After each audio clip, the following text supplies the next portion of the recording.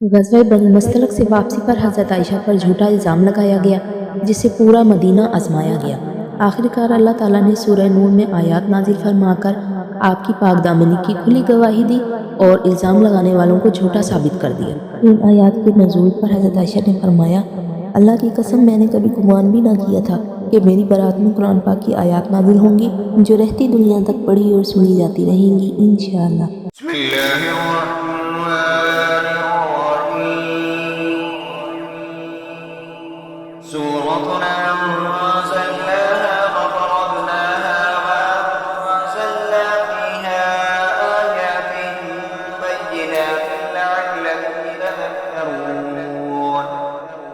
الزانية والزاني فاجلدوا كل واحد منهما 100 جلدة ولا تأخذكم بهما رأفة في دين الله إن كنتم تؤمنون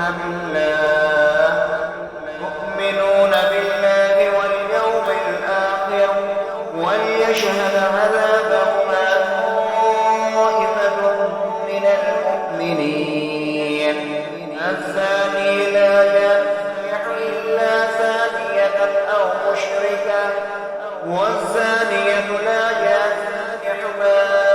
إلا زان أو مشرك وحرم ذلك على المؤمنين. والذين يرمون المحصنات ثم لم يأتوا ب4 شهداء فاجلدوهم 80 جلدة ولا تقبلوا لهم شهادة أبدا وأولئك هم الفاسقون إلا الذين تابوا من بعد ذلك وأصلحوا فإن الله غفور رحيم. والذين يرمون أزواجهم ولم يكن لهم شهداء إلا أنفسهم فشهادة أحدهم 4 شهادات بالله إنه لمن الصادقين. والخامسة أن لعنة الله عليه إن كان من الكاذبين ويدرؤ عنها العذاب أن تشهد 4 شهادات بالله إنه لمن الكاذبين. والخامسة أن غضب الله عليها إن كان من الصادقين. ولولا فضل الله عليكم ورحمته وأن الله تواب حكيم. إن الذين جاءوا بالعفك عصبة منكم لا تحسبوه شرا لكم بل هو خير لكم لكل امرئ منهم ما اكتسب من الإثم والذي تولى كبره منهم له عذاب عظيم. لولا إذ سمعتموه ظن المؤمنون والمؤمنات بأنفسهم خيرا وقالوا هذا إفك مبين. لولا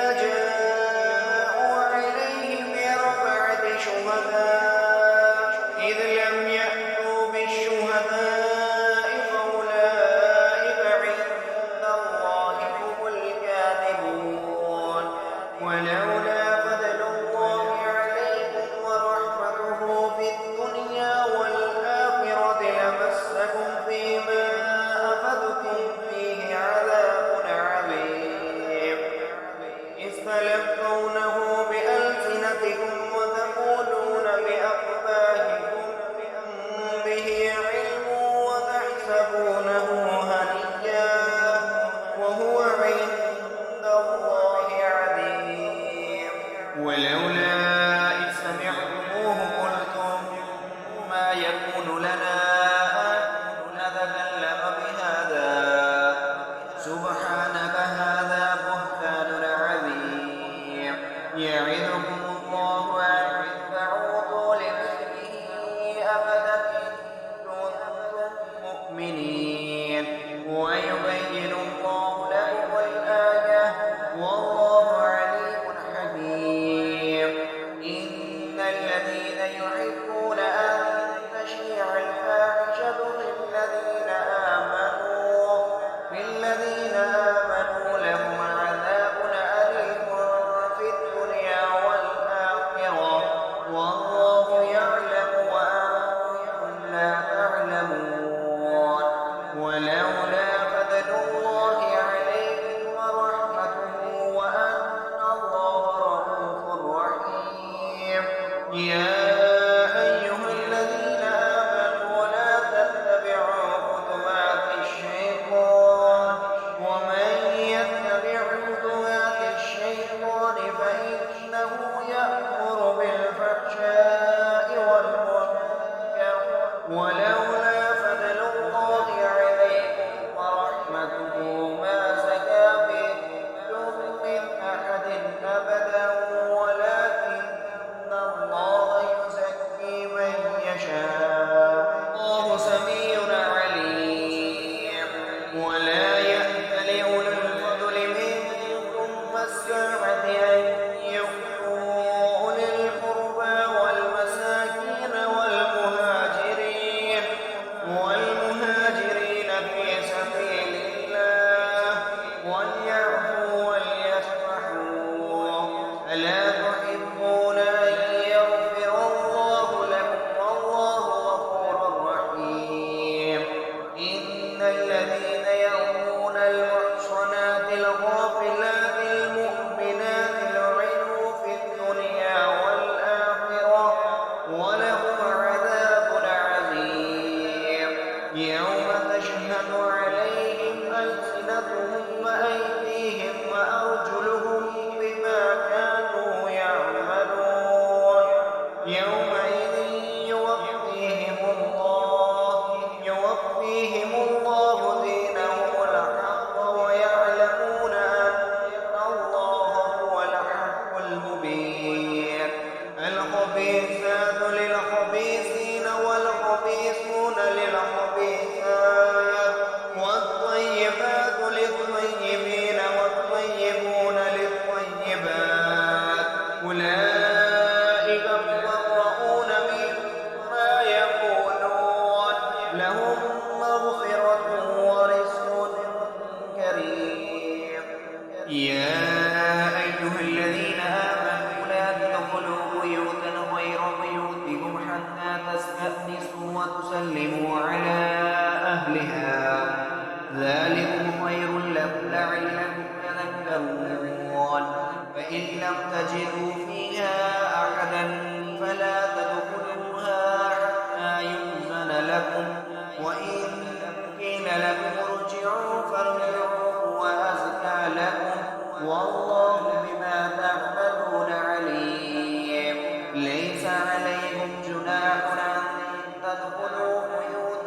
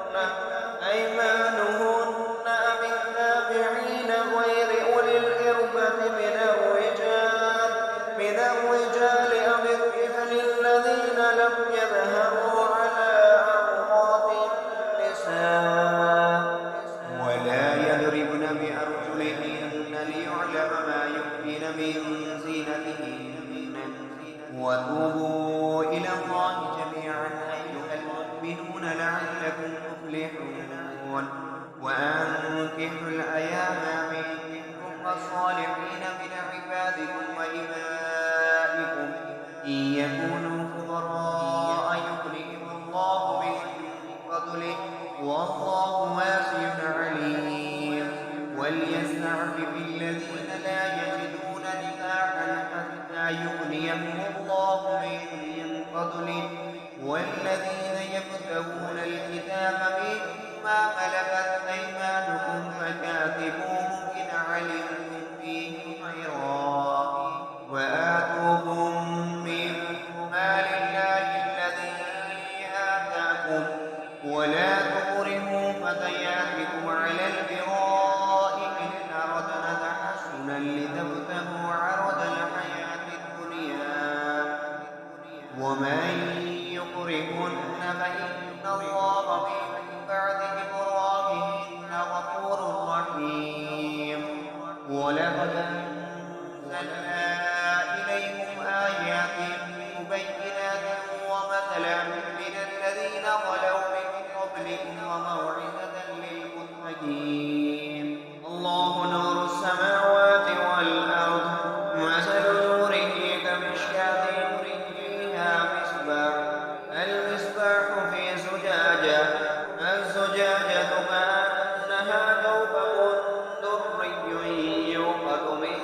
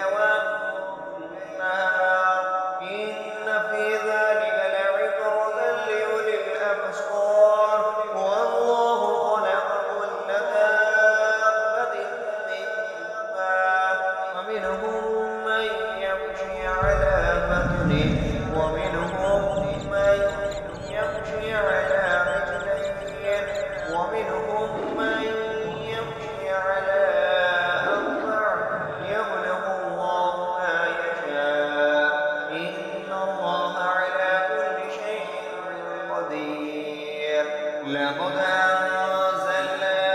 آيات مبينات والله يهدي من يشاء إلى صراط مستقيم يقولون آمنا بالله وبالرسول فأطعنا ثم يتولى فريق منهم من بعد ذلك وما أولئك بالمؤمنين وإذا دعوا إلى الله ورسوله ليحكم بينهم إذا فريق منهم معرضون وإن يكن لهم الحق يأتوا إليه مذعنين أفي قلوبهم مرض أم ارتابوا أم يخافون أن يحكم الله عليهم ورسوله بل أولئك هم الظالمون إنما كان قول المؤمنين إذا دعوا إلى الله ورسوله ليحكم بينهم أن يقولوا سمعنا وأطعنا وأولئك هم المفلحون ومن يطع الله ورسوله ويخشى الله ويتقه فأولئك هم الفائزون وأقسموا بالله جهد أيمانهم لئن أمرتهم ليخرجن قل لا تقسموا طاعة معروفة إن الله خبير بما تعملون قل أطيعوا الله وأطيعوا الرسول فإن تولوا فإنما عليه ما حمل وعليكم ما حملتم وإن تطيعوه تهتدوا وما على الرسول إلا البلاغ المبين وعد الله الذين آمنوا منكم وعملوا الصالحات ليستخلفنهم في الأرض كما استخلف الذين من قبلهم وليمكنن لهم دينهم الذي ارتضى لهم وليمكننهم من بعد خوفهم أمنا يعبدونني لا يشركون بي شيئا ومن كفر بعد ذلك فأولئك هم الفاسقون وأقيموا الصلاة وآتوا الزكاة وأطيعوا الرسول لعلكم ترحمون لا تحسبن الذين كفروا معجزين في الأرض ومأواهم النار ولبئس المصير يا أيها الذين آمنوا ليستأذنكم الذين ملكت أيمانكم والذين لم يبلغوا الحلم منكم 3 مرات من قبل صلاة الفجر وحين تدعون ثيابكم من الظهيرة ومن بعد صلاة العشاء 3 عورات لكم ليس عليكم ولا عليهم جناح بعدهن طوافون عليكم بعضكم على بعض كذلك يبين الله لكم الآيات والله عليم حكيم وإذا بلغ الأطفال منكم الحلم فليستأذنوا كما استأذن الذين من قبلهم كذلك يبين الله لكم آياته والله عليم حكيم والقواعد من النساء اللاتي لا يرجون نكاحا فليس عليهن جناح أن يضعن ثيابهن غير متبرجات بزينة وأن يستعففن خير لهن والله سميع عليم ليس على الأعمى حرج ولا على الأعرج حرج ولا على المريض ولا